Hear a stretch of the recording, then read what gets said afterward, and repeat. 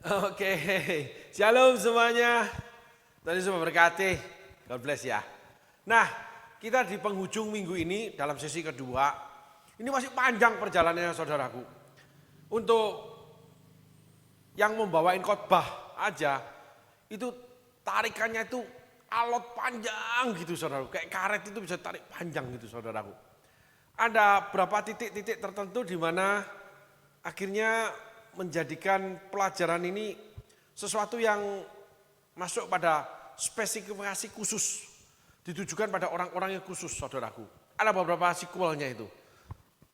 Karena setiap kali selesai berkhotbah, membawakan firman Tuhan, baik memberitakan, baik mengajarkan, apapun itu, pasti didoakan lagi saudaraku. Berdoa untuk apa yang masih kurang, lalu akurasi ketepatan khotbahnya itu nyampe enggak bisa ikut kemauan sendiri, harus ikut apa yang ditaruhkan Tuhan di hati, lalu apa yang harus dibicarakan saudaraku. Hingga ada pada titik-titik tertentu dalam berkhotbah itu ada sedikit kesulitan ketika muncullah materi-materi, lalu pembahasan-pembahasan yang kadang tidak sesuai dengan apa yang ada pada hati nurani atau pengertian dari pengkhotbahnya sendiri. Agak sedikit ke kanan dan ke kiri gitu saudaraku. Nah, sebagai seorang pengkhotbah biasanya itu memang ya tegak lurus aja, lurus-lurus aja itu jauh lebih asik. Kalau dibahasakan tuh khotbah yang untuk khotbah berkat jauh lebih diminati. Khotbah keselamatan, ya khotbah pemulihan itu jauh diminati dan jauh lebih aman bagi pengkhotbah. Tapi kalau khotbah-khotbah yang mengorek luka, yang membalut luka, membersihkan luka, itu jauh lebih sulit saudaraku. Karena luka itu saudaraku, itu ada kotoran, apalagi kalau jatuh ya. Luka jatuh dari motor, luka jatuh di jalan, itu ada kotoran, ada pasir yang harus dibersihkan. Harus pertama diguyur dulu dengan yang namanya alkohol, ya itu perih saudaraku. Lalu setelah dibersihkan pakai kapas, ya, lalu diambilin mungkin ada kerikil, ada batu, ada kotoran yang nyelip di luka-luka itu sampai bersih dan tidak menyenangkan bagi penderitanya. Jadi seorang pengkhotbah kadang menjadi seorang perawat saudaraku, yang membuat pendengarnya alisnya berkerut saudaraku. Lalu ada yang muram, lalu ada yang marah. Tuh. Karena memang mengenai sudut-sudut luka yang tidak disetujui, gitu saudaraku.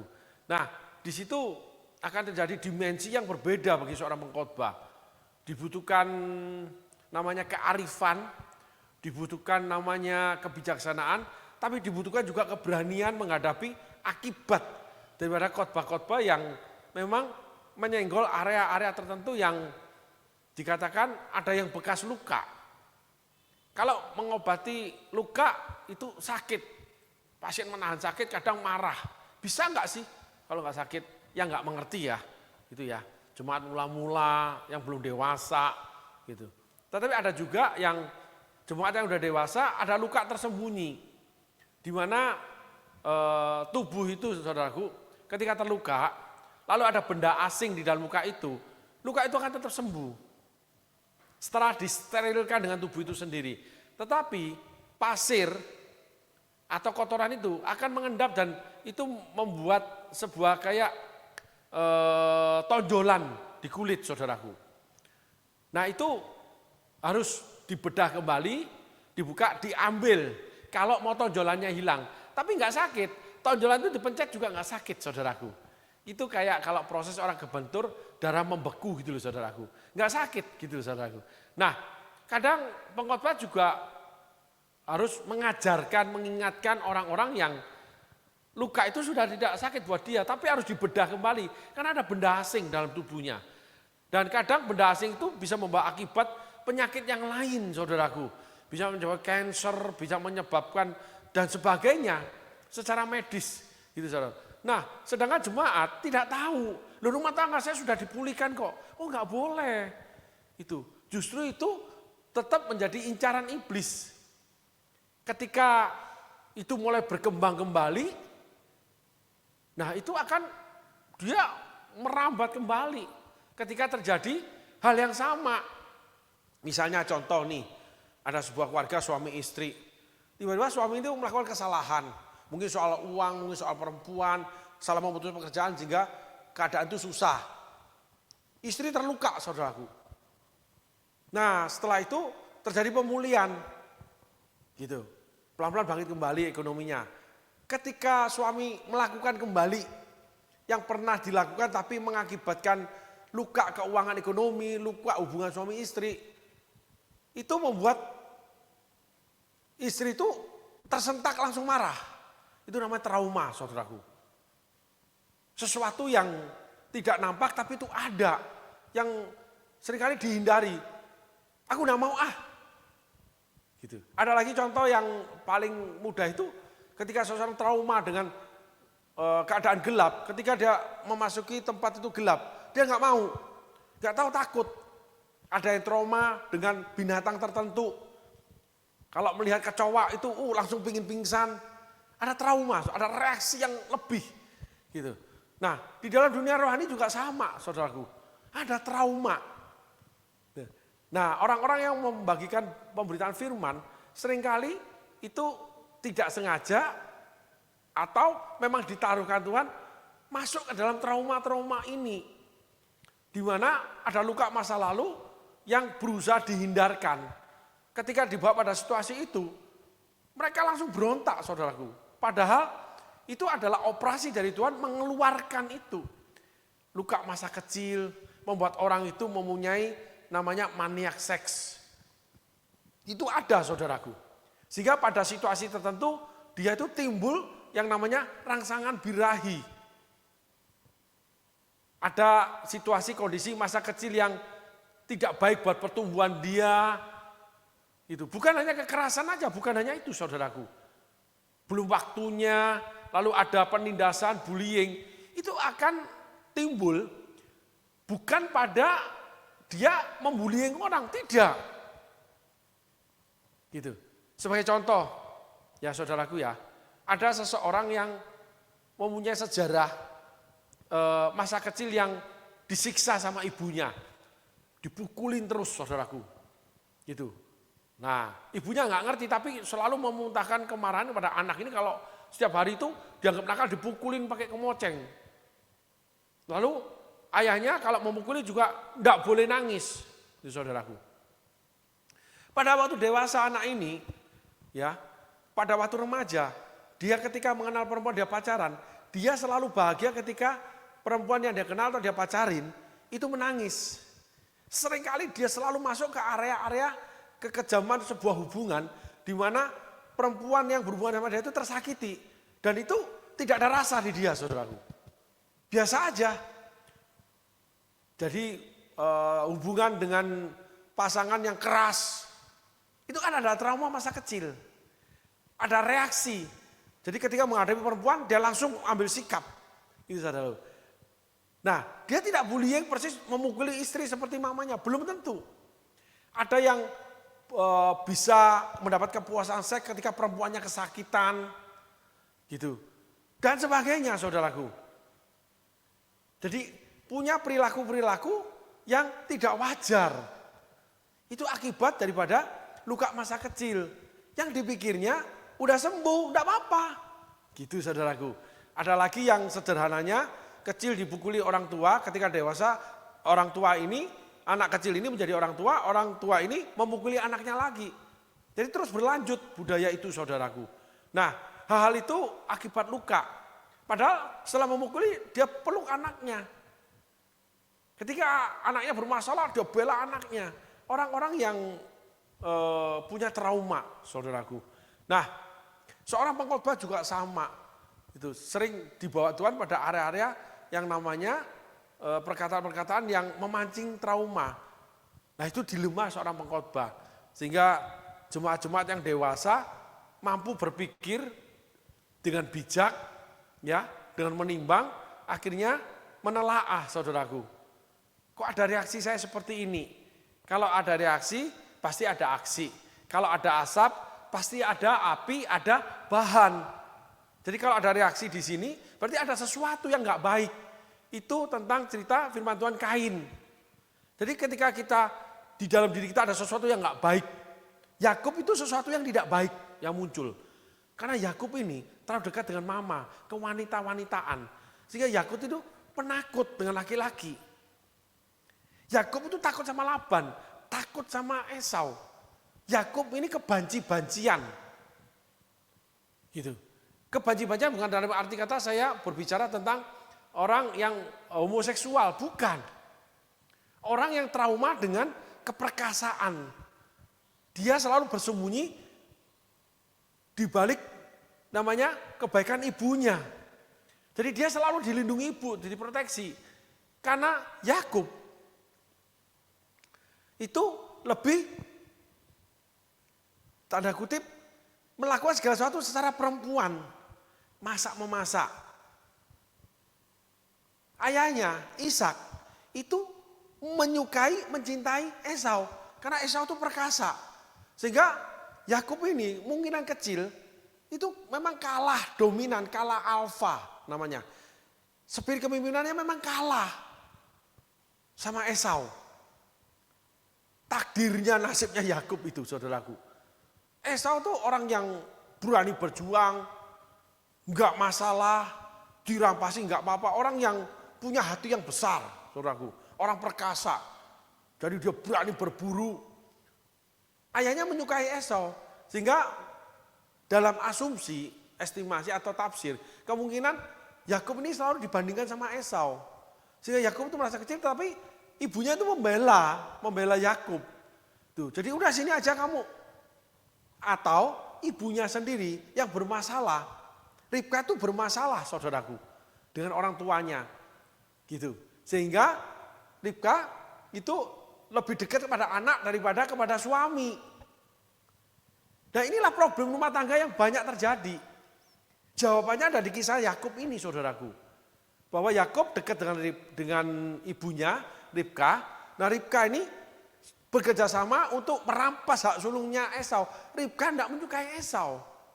Nah, Ribka itu anak daripada yang namanya Abraham, saudaraku. Ya, Abraham punya anak Ishak. Nah, Ribka ini istri daripada yang namanya Ishak. Nah, Ribka ini dari keluarga. Nah, nanti saudara lihat, nah keluarganya Ribka ini, orang tuanya, itu membuat Ribka punya pribadi di mana dia lebih menyukai kelemah lembutan. Gitu. Ini tafsir ya saudaraku ya, kita tarik itu. Nah, saudara nanti pelajari tentang Ribka. Gitu. Ribka itu dipinang. Gitu saudaraku. Ya. Nah, dari pelajaran Ribka nanti kita ketemu. Gitu. Kenapa Yakub seperti ini, Ribka seperti ini, orang tuanya Ribka itu bagaimana memperlakukan Ribka. Nah, itu area-area yang terselubung, yang nggak kelihatan masa lalu seseorang. Di mana kadang ketika menghadapi perkara, yang saya bicarakan tadi salah satunya menghadapi khotbah, kalau orang itu serius, reaksinya bisa bermacam-macam. Tapi orang kalau yang tidak serius ke gereja, khotbah apapun dia cuma diem aja. Mau khotbah keras dia diem, mau khotbah penghiburan dia diem. Semuanya is oke bagi dia. Ya sudahlah, kalau memang salah ya ngakui aja. Itu reaksi yang mati, reaksi yang standar. Ya orang ini memang biasa-biasa. Jadi ketika tidak ada luapan emosi, hubungan yang tidak ada emosi, saudaraku ya, itu mati. Nah, Ribka itu sama Ishak, itu sama. Ishak lebih dekat dengan Esau, Ribka dengan Yakub. Dua kubu rumah tangga ini. Tapi Yakub menjadi penakut buat orang-orang perkasa. Laban itu perkasa, punya pasukan dikejar untuk waktu Yakub lari. Kalau Esau enggak. Malah orang takut mau dibunuh sama Esau. Esau perkasa, alfa. Nah, Yakub ini ternyata tidak alfa. Sehingga dia itu dikuasai Laban, ditipu Laban mau, dia pun dikuasai oleh Rahel. Gitu. Jadi orang-orang yang mengingini sesuatu, lalu dikuasai oleh sesuatu itu, dia itu bukan alfa. Saudaraku. Alfa itu seseorang yang dominan. Ada perempuan itu yang menguasai laki-laki. Waktu kenal laki itu dikejar sampai menikah, habis menikah laki-laki ini diinjak-injak. Kenapa? Dianggap tidak mampu sebagai suami.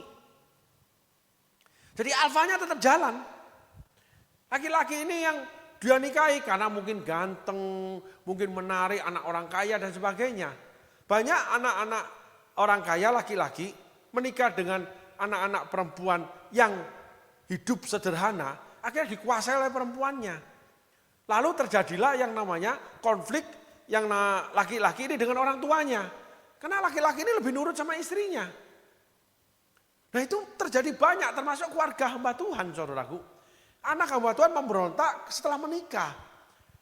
Karena ada pasangan yang dominan, yang alfa. Gitu saudaraku. Makanya anak yang dibawa naungan orang tua ketika sudah menikah, dia mempunyai kolaborasi, punya koalisi dengan istri, lalu dia fight dengan orang tua. Karena dia mendapatkan kekuatan daripada istri. Maka terjadilah anak setelah menikah, itu orang tua daripada anak laki-laki ini tidak cocok dengan mantu perempuan. Karena yang mantu perempuan pasti alfa. Kalau tidak alfa, dia menjadi mantu yang penurut. Gitu saudaraku. Nah, Ribka ini alfa. Ishak kalah sama Ribka. Ishak berpihak pada Esau. Esau dari kecil dilahirkan punya alfa. Spirit itu seringkali ya, banyak kali Tuhan yang letakkan. Spirit sebagai pemimpin itu Esau ada. Sehingga Esau itu sulit ditaklukkan karena dia punya alfa, saudaraku, dominan. Tapi dia punya kasih, dia tidak mau membunuh ibunya, dia tidak mau membunuh adiknya. Tapi dia biasa membunuh. Nah kan jadi rumit kan masalahnya. Akhirnya Esau keluar dari rumah orang tuanya lari. Yakub dibawa lari. Disuruh orang tuanya pindah ke Laban, saudara ibunya. Gitu loh. Nah Ribka punya saudara Laban, itu licik. Nah Ribka lahir dari keluarga yang punya saudara licik. Nah nanti saudara terusin lagi tuh. Keluarganya bisa ketemu. Alkitab itu napak tilas saudaraku. Sehingga saudara harus rajin baca Alkitab. Harus betul-betul mendalami Alkitab lalu belajar. Nanti Tuhan kan beri pengertian. Rumah tangga terpecah. Kenapa? Karena ada dua alfa. Alfa sesungguhnya yang mestinya menguasai yang bukan alfa. Tapi dikuasai yang bukan alfa ini. Karena yang bukan alfa itu punya alfa yang menguasai. Kalah dia alfanya. Ishak itu anak manja. Ishak sangat dicintai mamanya karena anak satu. Yang dinanti-nanti otomatis. Sarai itu alfa. Sehingga udahlah enggak usah nunggu Tuhan. Ini aja bujangku ambil, kawinin. Biar punya anak, nanti keturunan dari sana. Gitu. Abraham itu tidak menjadi alfa di rumah tangga. Abraham itu penurut, termasuk penurut terhadap Allah. Gitu. Makanya Abraham itu punya kelicikan. Sarai dijual kepada Fir'aun, dijual kepada raja, satu raja lagi, dua raja. Maaf saudara. Lahirkan namanya Ishak. Ishak ternyata itu dekat sama mama. Karena anak satu yang dinanti-nanti. Papa menjadi kaya, bekerja keras, sibuk. Papa kalah sama mama di rumah tangga. Makanya Yakub, Ishak mudah dikuasai. Kenapa? Perempuannya ini perkasa semua. Nah rumah tangga seperti ini melahirkan anak laki-laki yang kurang punya alfa atau bahkan tidak punya alfa. Terjadilah Yakub. Tapi Allah lahirkan namanya Esau. Nah ketemu Salomo nih. Bicara tentang alfa ya. Salomo itu anak Batseba. Perempuan yang berjinah. Lalu dikawini sama raja. Jadi Salomo itu lahir setelah mamanya berjinah. Bagaimana posisi di keluarga kerajaan? Batseba itu perempuan yang alfa. Kenapa? Karena dibutuhkan. Batseba secara suka tidak suka mengendalikan Daud. Ketika Daud sakit untuk menaikkan Salomo jadi raja. Alfanya Batseba itu menundukkan diri sama Daud, mengangkat tinggi Daud. Jadi seorang istri yang tunduk, yang memikul suami, mengangkat suami tinggi, itu alfa. Suami ditundukkan karena kebaikan istri.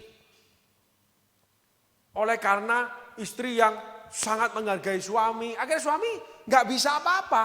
Jadi istri kalau pengen ya nggak bisa, tidak diturutin. Gitu. Nah itu perempuan yang alfa, tapi dalam bidang kebaikan. Batseba sama Daud sangat hormat, menyerahkan diri dalam segala hal, dikawin mau, masuk istana tahu kalau akan dihina. Melahirkan anak mati dibunuh oleh Allah, komplit sudah penderitaan dia, ditolak oleh Allahnya Daud, anaknya. Lalu lahirlah Yedija, namanya Salomo. Tapi alfanya Batseba itu bagus, saudaraku. Dia tumpahkan kasih sayangnya dengan mendidik Salomo menjadi raja yang alfa. Dengan kenyataan bahwa ketika dia dinobatkan jadi raja oleh Raja Daud, Adonia yang memproklamirkan menjadi raja menggantikan Daud, dibunuh orang-orangnya sama Salomo. Tegas kuat dia. Nah, Batseba alfanya dipakai untuk mendidik anaknya menjadi alfa. Kalau Sarai, Ribka tidak. Gitu saudaraku. Ada lagi perempuan yang alfa, namanya Hagar. Bujang. Orang yang dididik harus merendahkan diri, nggak punya harga. Tetapi ketika dia tertindas lalu dia diusir oleh Abraham, Hagar, perempuan yang mendidik Ismail menjadi seorang cikal bakal yang melahirkan 12 raja. Karena Ismail waktu itu masih remaja. Zaman itu nggak ada sekolah yang dititipkan anaknya. Sekolah kehidupan. Dan Hagar mendidik anaknya, menjadikan anaknya melahirkan 12 raja perkasa. Kalau Ribka menjadikan yang namanya Yakub anak mama. Alfanya itu menguasai anak lalu nggak tunduk sama suami. Gitu. Nah, itulah yang dicegah oleh Alkitab. Yang dikatakan jelas garisnya, hai istri-istri tunduklah terhadap suami. Supaya tanpa perkataan, mereka yang melakukan kesalahan, saya terjemahkan ya, itu melihat betapa murni dan salehnya hidupmu. Perhiasanmu jangan dikepang-kepang. Tapi kamu harus memanggil suamimu itu tuan, bos. Kamu itu harus berlaku sebagai hamba. Laki-laki jangan berlaku kasar terhadap istri, doamu terhalang. 1 Petrus 3 ayat 1-6, ayat 7-nya buat laki-laki, 1-6 buat perempuan. Nah memang Allah pencipta memang ada wanita yang alfa. Tapi kita belajar dari yang namanya Batseba, belajar daripada Hagar. Di mana anak-anaknya menjadi perkasa. Nah itu alfa yang benar. Karena dia penolong sepadan. Gitu saudaraku.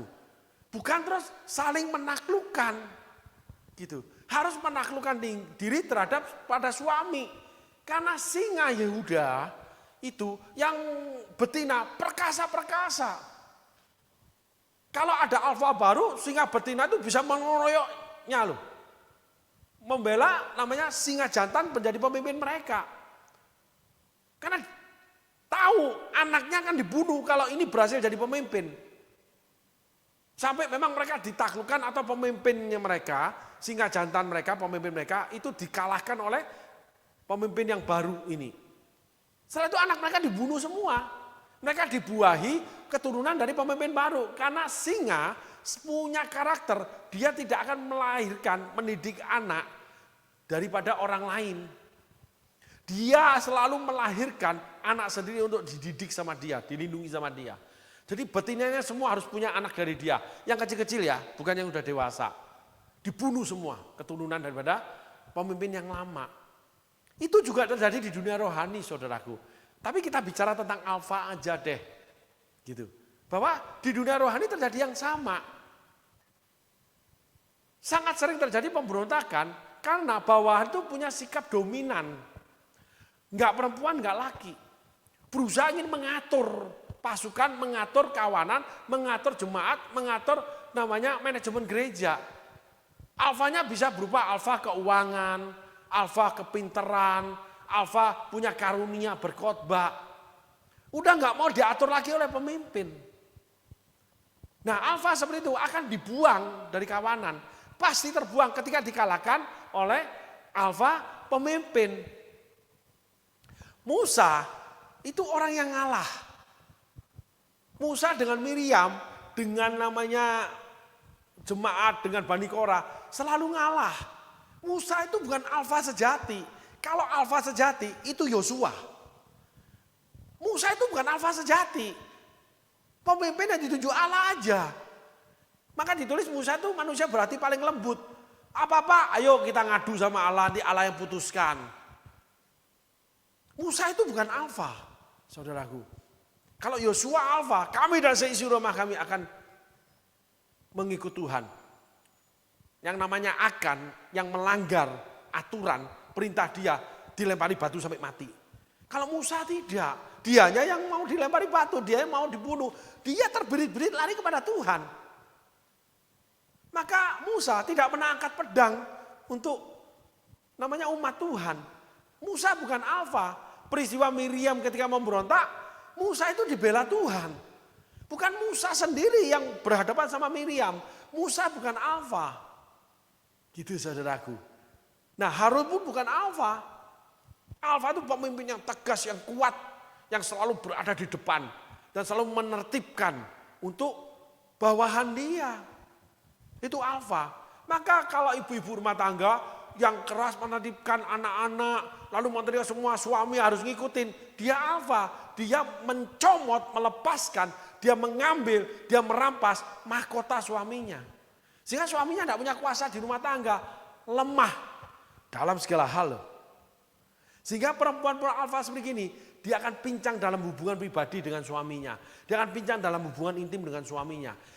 Semua perempuan alfa tidak mendapat kepuasan dari suaminya. Karena suaminya tidak menjadi laki-laki, menjadi betina, saudaraku.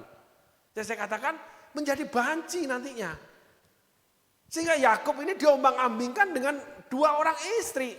Dan Allah bela Lea bunting, nanti Rahel bunting, ini bunting, sampai 12. Sampai kepada Yusuf punya anak dipilih jadi 12. Sebetulnya hitungannya di sana. Jadi Yakub ini terombang-ambing terus. Dia cuma punya keinginan yang kuat untuk mengambilnya. Tapi Yakub bukan alfa. Saudaraku. Nah ini penting. Ishak itu bukan alfa. Abraham bukan alfa. Kalau dilihat dari sini, itu kita bisa boleh menentukan, boleh punya prinsip bahwa kalau kita menjadi suami yang tidak tegas terhadap keluarga, tidak jadi pemimpin keluarga, anak-anak kita juga tidak akan tegas memimpin keluarga. Gitu. Kecuali istri oleh karena keadaan dia membentuk anaknya menjadi seorang yang alfa.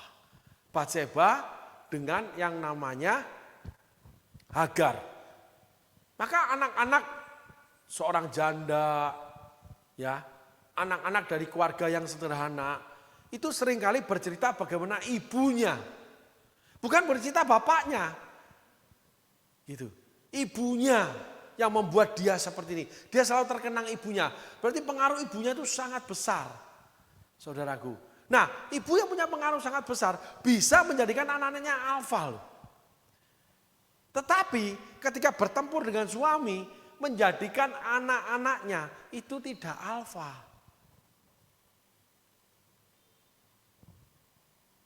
Bisa nangkap ya saudaraku? Itulah Yakub. Gitu loh. Sehingga Yakub ini dekat dengan ibunya, dengan Ribka. Yakub bukan alfa. Ishak bukan alfa. Esau menjadi alfa. Karena Esau memang punya dari kecil sifat yang liar. Sehingga dia nggak bisa dikuasai. Nah, kemungkinan besar Esau di rumah itu banyak dimarahin, banyak berkelahi sama mamanya. Maka dia akhirnya terus berburu, dia punya hobi berburu. Papanya ini suka melihat Esau itu laki-laki tulen. Kenapa? Nah, itu bisa terjadi Abrahamnya. Gitu. Bagaimana Abraham perkasa mengikut Allah, taat terhadap Allah. Ishak tidak alfa, tapi Ishak menyukai alfa. Melihat keperkasaan ayahnya membentuk pasukan di mana mengalahkan 5 raja. Tapi di rumah bukan alfa. Jadi Ishak juga dikalahkan oleh istri. Yakub dikalahkan oleh istri. Abraham dikalahkan oleh istri. Gitu. Ada cerita lucu teman-teman sekarang, saudaraku. Ya kan lagi viral nih. Ya. Teman ini bicara gini nih kalau kumpul nih, suami istri kita ya. Loh, bro, jangan takut sama istri. Aku nih tidak takut sama istri. Gitu. Ayo kita jalan. Gitu. Jangan takut sama istri. Jangan jadi suami takut istri. Ini loh suami tidak takut istri. Tapi masalahnya bro, istriku lebih berani dari aku. Ya sudah kita jangan pergi ya bro. Itu sama aja. Masalahnya istriku lebih berani dari aku, lebih galak dari aku. Ya udah kita jangan pergi ya. Gitu saudaraku. Di antara teman alfa tapi di rumah dikalahkan oleh istri. Nah itulah cacat rumah tangga, cacat hamba-hamba Tuhan. Ada seorang yang luar biasa dipakai Tuhan. Ini cerita daripada orang sekitarnya saudara. Dan memang benar. Terjadi chaos di pada keluarga hamba Tuhan membuat berantakan pelayanan yang besar seperti itu. Ketika memimpin, wah ketegasan keputusannya. Tapi ketika sudah bertemu istri, apa yang ketegasan keputusannya? Dianulir, diganti saudaraku. Pasti ketemu tadi sama si ibu deh. Padahal si ibunya lagi sakit. Tuh, sakit yang lama saudaraku. Penglihatan tinggal sedikit, kaki di kursi roda. Tapi suami ini entah merasa kasihan atau merasa salah atau merasa apa. Selalu nurutin istri. Kebaikan yang menjadikan seseorang alfa. Kita dijerat dengan kebaikan. Belas kasihan yang meniadakan diri kita sendiri. Itulah Yakub. Itulah Abraham. Itulah Ishak. Mereka punya istri yang baik. Sarah itu baik. Ribka itu baik.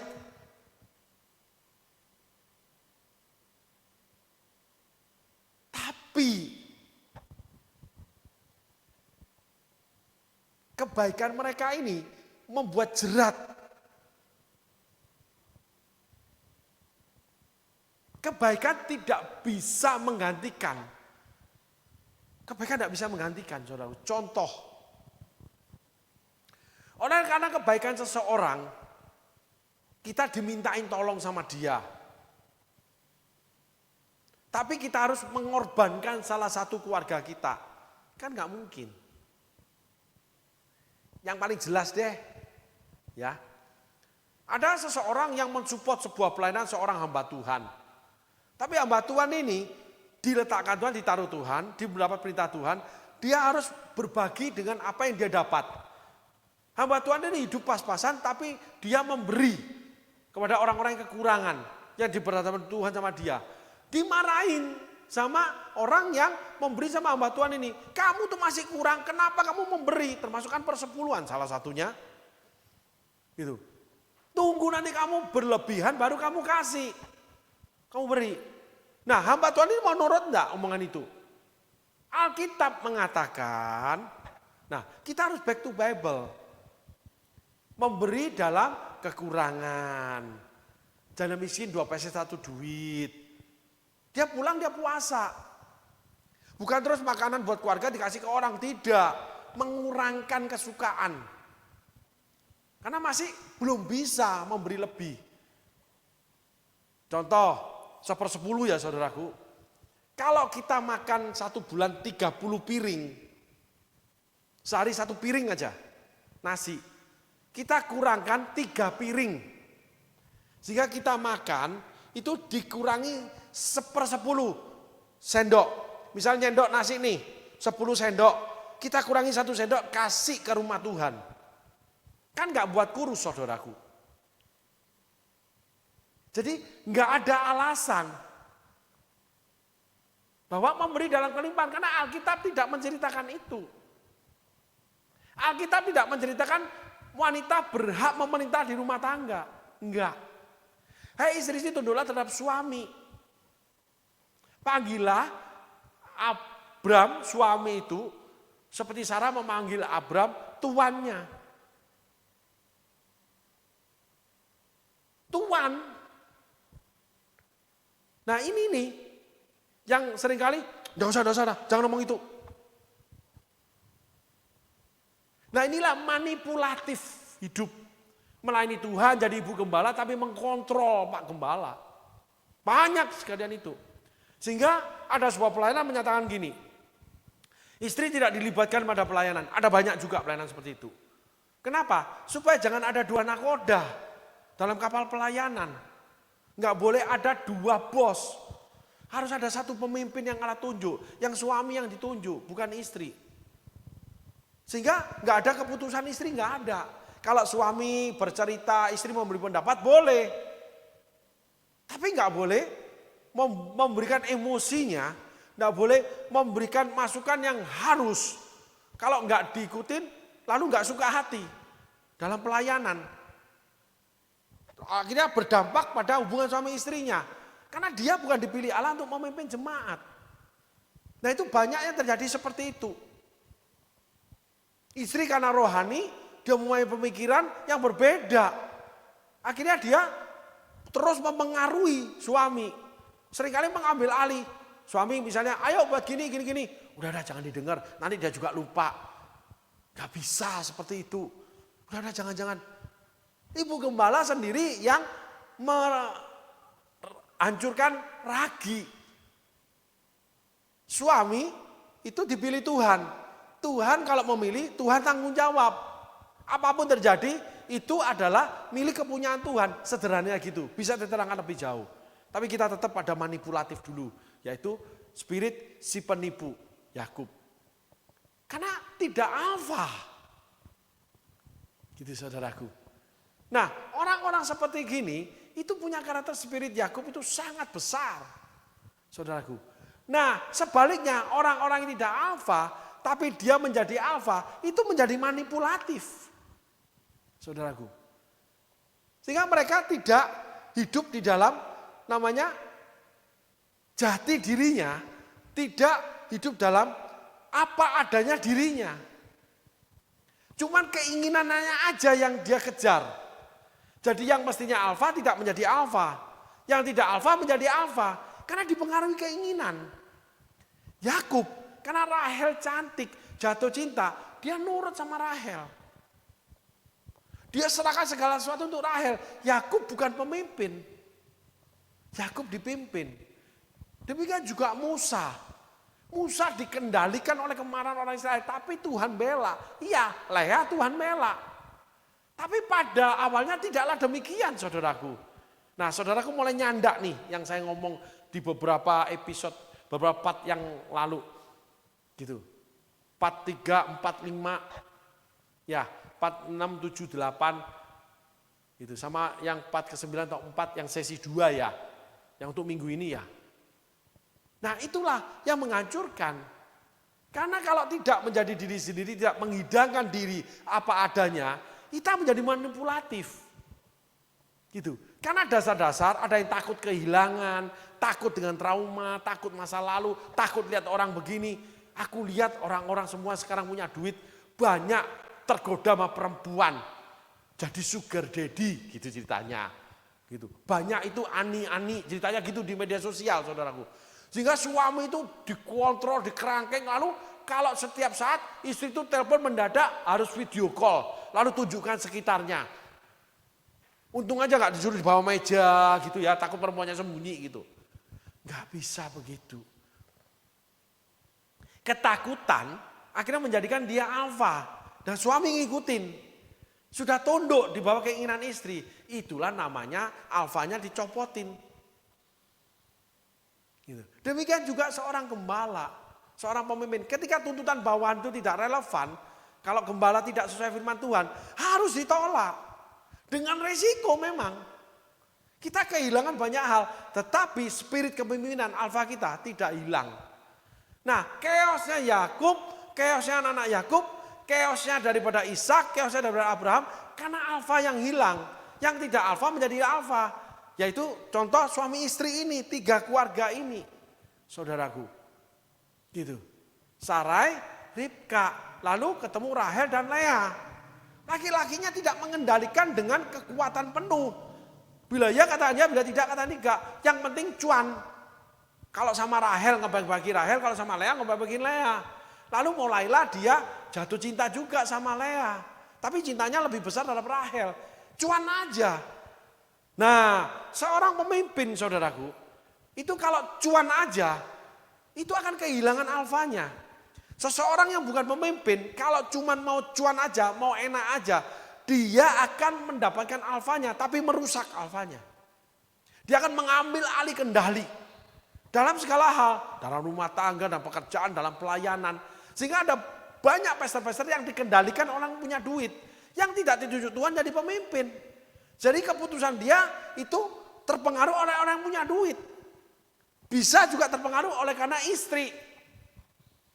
Yang namanya 2 jadi 1. 2 jadi 1 dalam rumah tangga tidak boleh dipisahkan suami istri. Kalau pemimpin pelayanan Allah panggil suami jadi gembala, istri bisa menjadi yang lain. Jadi penginjil, jadi seorang pengkhotbah. Suami kurang bisa khotbah, tapi kalau istri khotbahnya lebih bagus. Tapi gembala dia harus memutuskan setiap keputusan untuk gereja. Gitu. Lalu menjadi seorang nabi kepekaannya. Lihat tuh. Kok aku ngerasa orang ini tidak enak ya aku ya. Kayaknya ada tidak beres. Oh iya. Dah sampai di sana, diem. Nanti yang eksekusinya suaminya. Suaminya berdoa, lalu punya kebijaksanaan. Bagaimana menangani nanti kalau ada masalah orang ini siapa, bagaimana dan apa yang terjadi. Dan istri sudah selesai. Dia menjadi hamba yang menyampaikan apa yang Tuhan taruh di hatinya untuk orang itu. Tapi perjalanannya, peristiwa masalahnya, istri tidak boleh ikut-ikut. Demikian juga dalam rumah tangga. Istri menyampaikan kepada suami apa yang dirasakan sama anak, apa yang diberikan kepada anak, yang dibutuhkan anak. Suami sebagai eksekusinya, nggak bisa istri yang menentukan. Misalnya, oh anak kita pingin beli motor.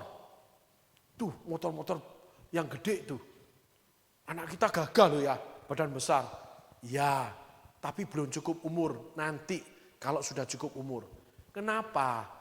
Karena enggak bisa punya namanya SIM. Izin mengemudinya enggak ada. Nanti ditangkap polisi kena denda. Gitu. Dan itu melanggar hukum negara. Suami tetap memutuskan. Iya, tapi kendali tetap di tangan suami. Pemimpin gereja juga sama. Enggak bisa. Karena begini. Lalu marah keluar dari gereja. Ya enggak apa-apa keluar aja. Kenapa? Kepemimpinan saudara diberi Tuhan yang mau diambil. Suami istri marah, kamu itu sama anak nggak sayang. Tidak, justru karena sayang, aku nggak pingin dia terjadi namanya ditilang polisi. Nanti tunggu waktunya, karena itu pelanggaran buat aturan negara. Nggak apa-apa marah sebentar, tapi nanti akan tidak terjadi dualisme dalam mengatur anak. Karena ini ada namanya harus suami yang memutuskan. Kalau memberi makan anak, ya istri yang memutuskan. Suami memberikan uang belanja, istri yang mengelolanya menjadi makanan, asupan makanan yang sehat buat anak-anak, termasuk dalam suami. Nah, itulah posisi-posisi kepemimpinan Tuhan. Sedangkan Yakub itu selalu mau cuan. Rahel selalu mau cuan. Abraham selalu mau cuan, Lot mau cuan, Sarai mau cuan, Ribka mau cuan, akhirnya semuanya chaos. Nah, Ismail ketika menjadi alfa karena dididik perempuan yang alfa dengan mendidik anaknya mandiri, membuat Ismail melahirkan 12 raja-raja. Demikian juga Esau menjadi kerajaan, menjadi kaya, menjadi berhasil karena Esau mendidik anak-anaknya. Esau menjadi alfa. Bukan di bawah namanya kediktatoran, kekuasaan mama. Jadi mama itu enggak bisa. Itu sebab mengatakan Allah itu benci perceraian. Karena namanya penyertaan Allah di dalam legitimasi, dalam legalisasi, dalam penyertaan namanya kerajaan Allah, di mana kerajaan surga dimiliki seperti di bumi, seperti di surga, di mana kerajaan Allah itu kuasa itu menyertai kita sampai akhir segalanya. Itu kacau. Gitu. Nggak mungkin saudara berjalan dengan tangan. Nggak mungkin mobil itu rodanya di atas. Roda fungsinya di bawah. Sama-sama bulat dengan namanya setir. Tapi setir bukan di tanah. Itu ada peruntukannya. Yang namanya firman Tuhan tertulis. Itu tidak boleh dijungkir balikan, tidak boleh dilanggar, tidak boleh diganti, tidak boleh diubah. Tidak boleh dipindahkan. Itu namanya manipulatif. Itulah spirit Yakub, saudaraku. Nah, kita belajar ini saudaraku. Ya, tadi kita mendapatkan bahwa Yakub lebih mencintai Rahel. Yuk ayat selanjutnya. Ketika Tuhan melihat bahwa Lea tidak dicintai, dibukanyalah kandungannya tetapi Rahel mandul. Ayat selanjutnya. Lea mengandung lalu melahirkan seorang anak laki-laki dan menamainya Ruben. Sebab katanya sesungguhnya Tuhan telah memperhatikan kesengsaraanku. Sekarang tentulah aku akan dicintai oleh suamiku.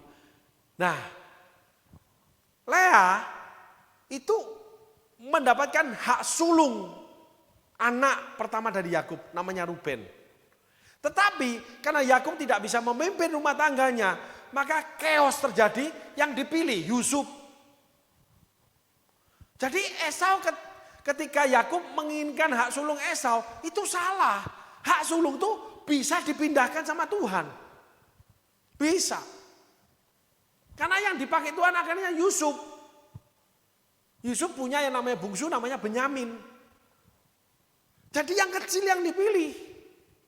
Untuk menjadi alat bagi tujuan-tujuan Tuhan untuk membuat umatnya jadi besar di Mesir. Yusuf yang ditunjuk jadi Perdana Menteri, bukan Ruben. Kesalahan apa? Alfanya tidak berdiri sebagai alfa. Alfanya tidak berdiri sebagai pemimpin. Alfanya tidak menguasai rumah tangga. Akhirnya rusak semua saudaraku. Ada dua ibu yang berkelahi. Ayah itu cuma ngikuti kanan kiri. Itulah lalang. Lalang itu selalu melahirkan yang namanya kerusakan, kehancuran. Enggak ada buahnya. Kalau gandum disimpan di lumbungnya Allah, dijagai sama Allah, jadi mengenyangkan banyak orang. Nah, rumah tangga saudara, hubungan suami saudara, suami istrinya, lalu pekerjaan saudara, pelayanan saudara, itu harus mengenyangkan banyak orang. Baru saudara itu dikatakan gandum. Tapi kalau tidak mengenyangkan dimanapun saudara berada, apapun yang saudara hidupi di dalam keadaan saudara, baik sebagai pemimpin rumah tangga, baik di pekerjaan, baik di pelayanan, saudara seringkali menimbulkan namanya kerusakan, chaos. Kayak namanya Abraham, kayak namanya Ishak, kayak namanya Yakub. Chaos anak-anaknya. Daud juga sama. Dia menjadi alfa di pertempuran, tapi dia tidak menjadi alfa di rumah tangga dan kerajaan. Yang menjadi alfa itu Yoab. Yang menjadi alfa itu Absalom. Yang menjadi alfa Ahitofel, semuanya mati dibunuh Tuhan. Iya, dibela Tuhan. Tapi kan kasihan. Karena kita tidak meletakkan diri sebagai pemimpin, korbannya itu banyak sekali, kerusakannya itu banyak. Salah satu contoh yang paling banyak keluarganya Yakub.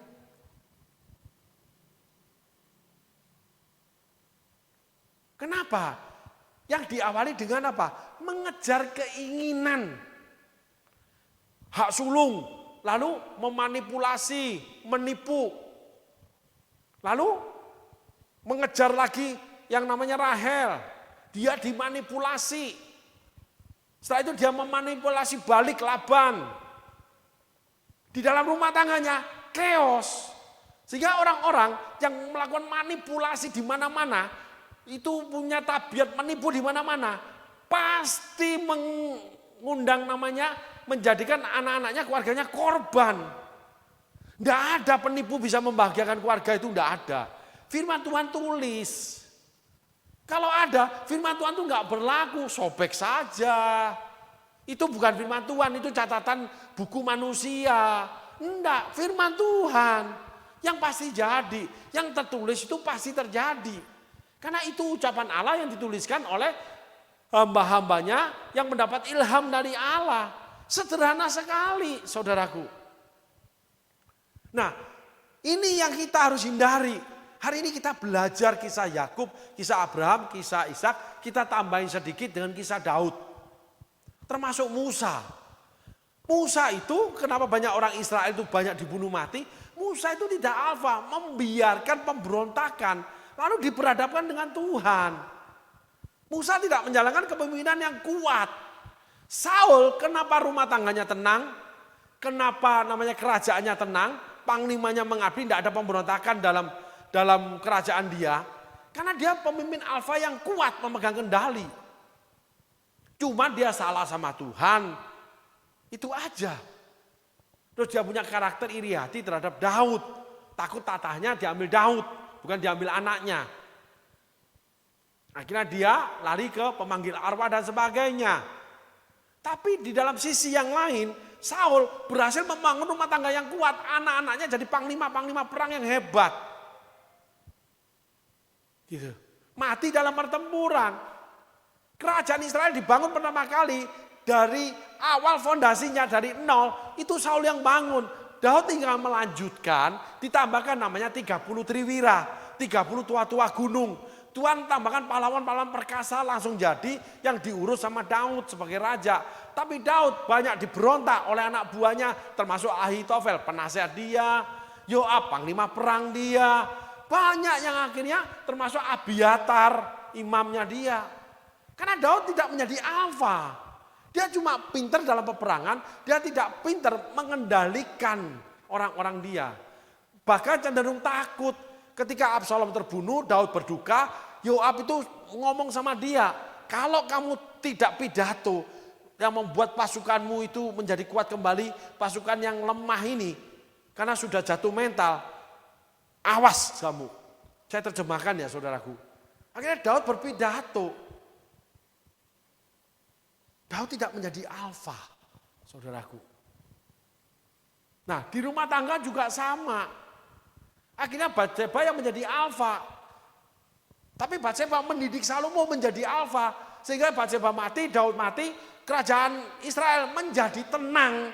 Karena punya raja yang kuat kepemimpinannya. Itulah Salomo, itulah Esau, itulah Ismail.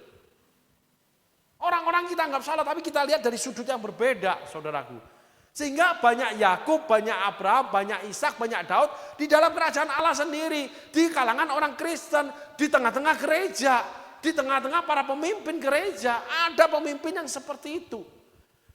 Membuat namanya kerajaan Allah nggak bisa ditegakkan, kompromi sana, kompromi sini. Banyak pengendalinya, banyak pemimpinnya. Nggak bisa, teokrasi nggak begitu. Teokrasi itu kalau di zaman perjanjian lama itu namanya imam memimpin bait suci, raja memimpin kerajaan. Tapi sebelumnya Allah yang memimpin melalui para hakim, melalui Musa, melalui Yosua. Nah itu seperti itu, Allah memimpin melalui para hakim, lalu Nabi Musa, lalu imam kepala di bait Allah, Harun. Nah setelah itu orang Israel minta raja, maka raja mengurus hal-hal yang kehidupan. Bait Allah diurus oleh imam-imam kepala keturunan Harun untuk mengurus tentang hal-hal tentang Tuhan. Itu teokrasinya, saudaraku. Nah, setelah itu bait Allah diambil alih oleh raja. Raja mulai ikut campur tangan. Kenapa? Imamnya menyerahkannya, mau. Jadi chaos. Makanya Abiatar memberontak terhadap Daud. Struktur ilahi, keputusan firman Allah itu dirusak oleh manusia itu sendiri.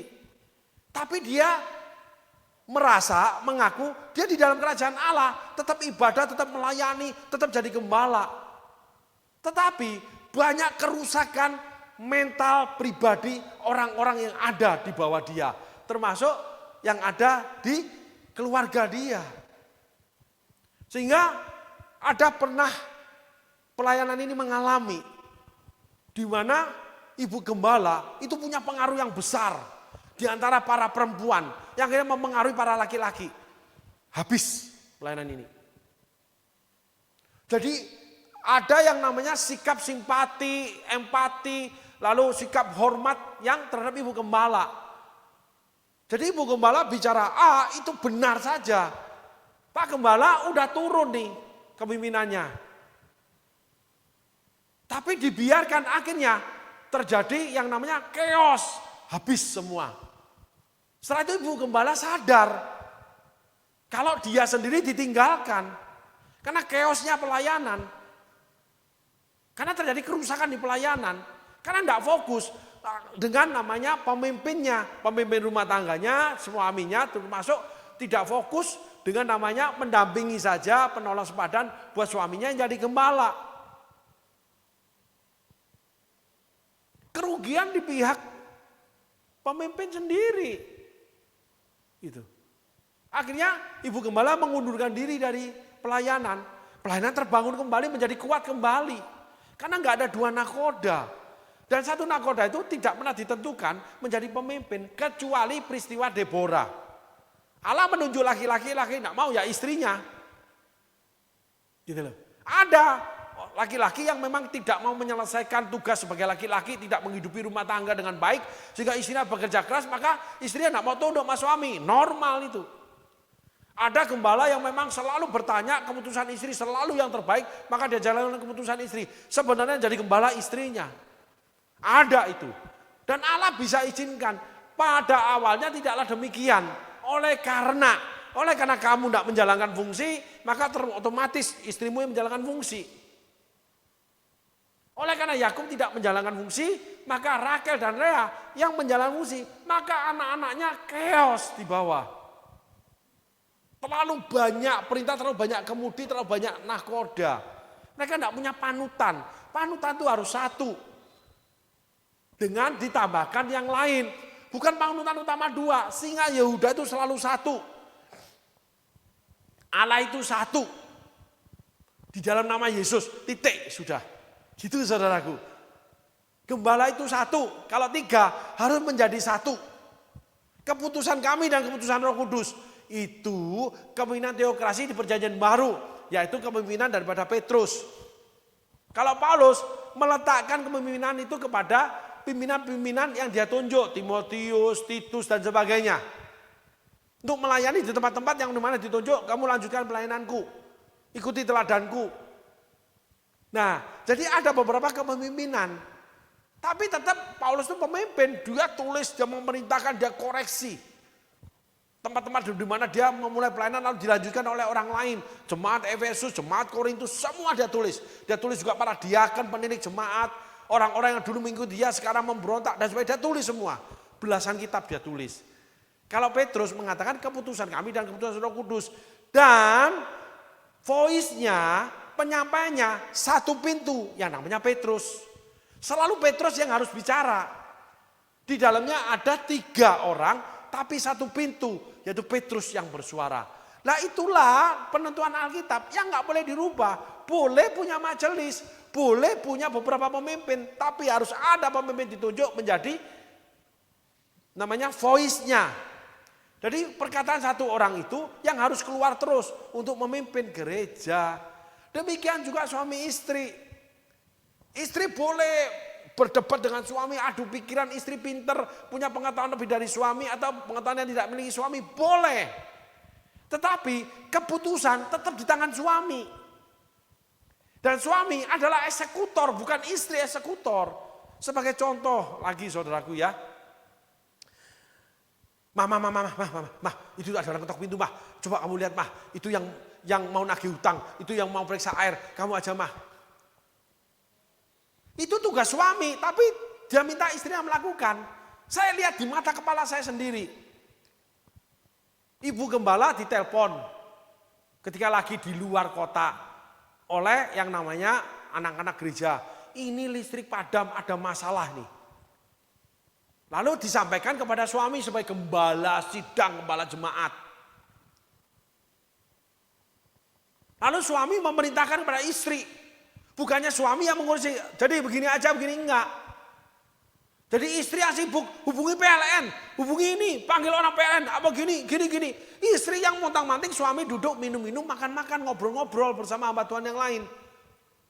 Bukannya dia yang kemana tegang telepon gini terus tanya, karena besok ibadah, ayo harus diurus. Nih saya kenalkan teman ada begini, enggak. Istri yang montang-manting akhirnya, di depan mata kepala saya sendiri. Ada lagi pasangan hamba Tuhan, suami itu ngomong bla bla bla bla dengan semangat. Sampai pada titik tertentu, tiba-tiba matanya ngelirik ke istri, istrinya melihat dengan pandangan yang bagaimana, dia berhenti bicara. Berhenti bicara. Lalu dia bicara yang lain. Kan kelihatan sekali. Sehingga suami ini penghasilannya, dua-duanya itu dari istri. Istri yang bekerja memenuhi kebutuhan keluarga. Suaminya enak-enakan aja. Nah, akibat daripada alfa yang tidak menjadi alfa, itu selalu menyusahkan orang lain. Termasuk menyusahkan pasangan. Sehingga untuk yang tidak alfa, jangan menjadi alfa. Kamu akan merusak. Merusak alfamu sendiri. Kalau alfa mau dibegituin, kamu akan rusak. Kenapa? Karunia kepemimpinan, karisma wibawamu yang ditentukan Allah sebagai manusia laki-laki, lalu sebagai pemimpin yang diurapi, itu copot semua, enggak jalan. Karena bukan keputusanmu. Dari perkataanmu kamu dibenarkan, dari perkataanmu kamu disalahkan.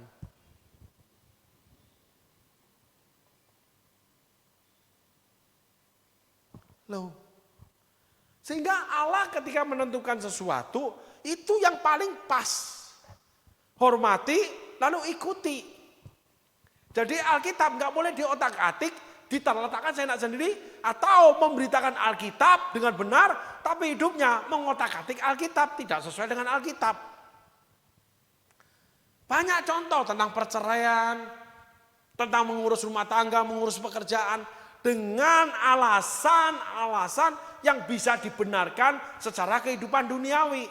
Kalau iman tidak. Iman itu tidak bisa disatukan dengan duniawi. Iman itu adalah yang surgawi nanti dijadikan jadi duniawi. Kamu memberi, kamu akan menerima. Memberi duniawi, kamu akan menerima duniawi. Karena dari ilahi yang memberikannya. Itulah persembahan-persembahan secara duniawi. Ya kamu memberi diakonia, memberi persepuluhan, memberi pembangunan gereja, Hagai. Yang tercatat membuat kamu punya harta duniawi. Karena kamu membangun namanya harta surgawi di dunia ini, di bumi ini. Nah, plus kamu dapat perkenan Allah, yaitu persembahanmu menjadi dupa yang harum. Kamu dapat yang ilahi. Makanya kamu diberikan hati memberi. Karena itu penentuan Tuhan. Tidak ada yang luput dari penentuan Tuhan. Nah, inilah kisah Yakub, Rahel dan Lea, saudaraku. Yang salah itu Yakub. Yang salah itu Ribka. Yang salah itu Abraham dan Sarai. Nah, betapa pentingnya perjalanan kepemimpinan. Betapa buruknya ketika kepemimpinan diganggu atau diambil alih. Itu enggak boleh. Karena surga bergerak karena firman Allah. Surga tidak pernah bergerak karena perkataan manusia. Manusia memperkatakan firman Allah, itulah yang jadi. Ilham yang diberikan Allah, yang diberkatakan manusia, sumbernya dari surga, itu yang jadi. Jadi keselamatan yang kita punya, itu karena tertulis ilham dari surga, melewati hamba-hambanya, menulis di tulisan buku namanya Alkitab. Itu keselamatan. Barang siapa percaya Yesus, Menerima Yesus sebagai Tuhan dan Juru Selamat, maka kita akan diselamatkan. Dari perkataanmu kau dibenarkan, dari perkataanmu kau akan dihukum. Nah, kan gitu. Ya, pada siapa menerima Yesus sebagai Tuhan dan Juru Selamat, dia dan seluruh isi rumahnya akan diselamatkan. Ya toh? Maka kita mengaku dibaptis, tanda daripada pertobatan dibaptis. Kita percaya semua, gitu. Dikhotbahkan percaya, dengerin. Tapi untuk alfa nggak percaya. Tapi untuk memberi kepada Tuhan nggak percaya. Nggak ada dibilang kamu memberi kepada bait Allah, lalu kamu atur pemberian itu. Karena apa? Karena hamba Tuhannya bisa memakainya dengan tidak benar menurut kamu. Nggak bisa. Seluruh persembahan ke bait Allah diatur oleh Harun. Seluruh persembahan di bait Allahnya Paulus, Petrus dan Yakobus itu semua diterima oleh Petrus. Kasus Ananias Safira tertulis kok. Semua persembahan yang diberikan jemaat Efesus diterima oleh Paulus kok. Imam kepala yang ngaturnya. Tapi ditunjuklah tim di mana itu ada pencatatan, ada yang namanya juru bayar. Itu ada di Alkitab. Jadi orang-orang yang dipilih itu adalah cuma juru bayar. Tidak bisa kontrol, tidak bisa menentukan. Yang menentukan adalah imam kepala. Harun, Paulus, dan Petrus. Itu yang ada di Alkitab. Menurut saya ya saudaraku. Sehingga ketika gereja dikendalikan oleh orang-orang yang bukan namanya ditunjuk pemimpin gereja. Chaos sudah. Ada kerusakan banyak di dalamnya. Terus gereja dikendalikan oleh ibu gembala. Chaos sudah. Anak-anaknya pasti punya hubungannya buruk seperti Yakub. Rumah tangga juga sama. Sehingga apa terjadi pada keluarga Yakub itu adalah contoh untuk kita tauladani, jangan lakukan seperti itu. Termasuk yang namanya Ishak dengan Ribka. Chaos sudah. Termasuk namanya Abraham dengan yang namanya Sarai. Chaos sudah. Maka anak-anaknya Ishak dengan Yakub dengan Esau chaos semua. Nah, inilah yang kita pelajari dari kisah Yakub sampai titik Rahel dan Lea mulai muncul setelah Laban. Sehingga pelajaran iman kita itu adalah akibat dari perbuatan yang kita lakukan yang selaras atau tidak selaras dengan Alkitab. Iman yang rusak, iman yang sesat, pengertian yang benar, pengertian yang salah. Semuanya akibat kita namanya bolak-balik dengan tidak benar yang namanya Alkitab. Seringkali karena apa? Karena keadaan duniawi, karena kehidupan di bumi ini. Lah itulah iman yang tidak sempurna, iman yang salah. Sehingga gereja menjadi chaos karena Bapak Gembala tidak memegang tampuk pimpinan di mana dia mengendalikan, dia semua mengurus rumah Allah. Rumah tangga juga chaos karena suami atau bapak tidak menjadi keputusan tunggal. Sehingga ada sebuah keluarga yang mempunyai kisah begini. Ketika mami ini lagi rewel, lagi kepo, lagi menyusahkan anak. Anak itu cuma ngomong, nah nih papi datang nih. Dah, Pak Wangnya datang nih, pasti mami diam. Karena memang sang ayah, sang suami itu memutuskan. Udah jangan begitu, begini aja. Udah. Dan sang istri tidak terus marah, berdiri, wah debat. Enggak. Nah itulah struktur rumah tangga yang benar. Walaupun tidak memuaskan. Nah seringkali akhirnya ketika keadaan lagi enak, kapan istri mulai cerita. Sebenarnya saat itu begini, kenapa aku begini. Tapi ya udah keputusanmu kamu putuskan. Tapi sebenarnya begini, ya udah kalau ada gitu ditambahkan aja begini. Nah dia menjadi penolong yang dimana suami tidak mengerti penuh. Tapi suami itu punya feel, punya insting. Karena dari kecil anak dibesarkan dari rumah tangga, di mana rumah tangga diawali dari pernikahan yang sah, yang benar secara Alkitab, ya, di situ pertumbuhan anak-anak kelihatan, spirit rumah tangga itu kelihatan. Jadi keputusan itu pasti keputusan yang ada tujuannya. Karena dari awal rumah tangganya, sehingga perceraian dibenci sama Tuhan. Karena nggak bisa handle it, nggak bisa, saudaraku. Nah, disinilah peran Alkitab itu sangat penting, saudaraku. Dimana kita belajar karakter Yakub, si penipu yang manipulatif, tapi sebenarnya dia itu kehilangan hak alfa. Dimana keluarganya itu, yang papa mamanya, papanya kehilangan hak alfa. Dimana kakeknya kehilangan hak alfa karena diambil oleh istri-istrinya. Sarai, Ribka, akhirnya ketemu Leah dan Rahel. Ini laki-laki yang lumpuh, termasuk Musa. Tidak berani ambil keputusan yang kuat, beda dengan Yosua, termasuk Daud. Yang diberontak oleh namanya bawahannya. Nangis aja, beda dengan Saul. Yang membangun kerajaan dengan baik, keluarganya baik, tidak ada skandal. Anak-anak jadi panglima perang. Kalau anak-anak Daud memberontak, saling bunuh. Anak-anak Yakub juga sama, hasil daripada kepemimpinan yang tidak jalankan alfa, yang tidak mengambil hak alfanya, tapi dirampas oleh orang lain, termasuk pasangan hidupnya. Amin, saudaraku. Tuhan Yesus berkati. Terima kasih.